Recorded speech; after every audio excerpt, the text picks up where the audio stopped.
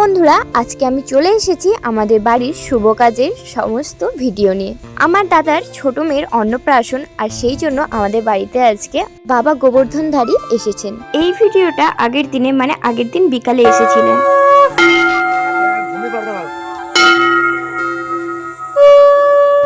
আর আজকে সকাল পর্যন্ত থেকে চলে গেছেন। এই ভিডিওগুলো আগের দিনই তুলে রেখেছিলাম। আমাদের বাড়িতে সারা রাত ছিল, তারপর সকালবেলা 8টা-9টার দিকে চলে গেছে। আর সবাই মিলে বলো হরে কৃষ্ণ। বন্ধুরা, তোমরা সবাই গোবর্ধনধারী বাবার দর্শন করে নাও। আমি দেখতে চাই কে কে তোমরা গোবর্ধনধারী বাবাকে ভালোবাসো, আর কমেন্ট বক্সে তোমরা সবাই লিখে যাও। তো ঠাকুরের এবার আরতি করা হচ্ছে, এরপর ভোগ নিবেদন করা হবে ঠাকুরকে। আমরা সবাই মিলে চলে এসেছি ঠাকুরের ভোগটা নিয়ে যাওয়ার জন্য।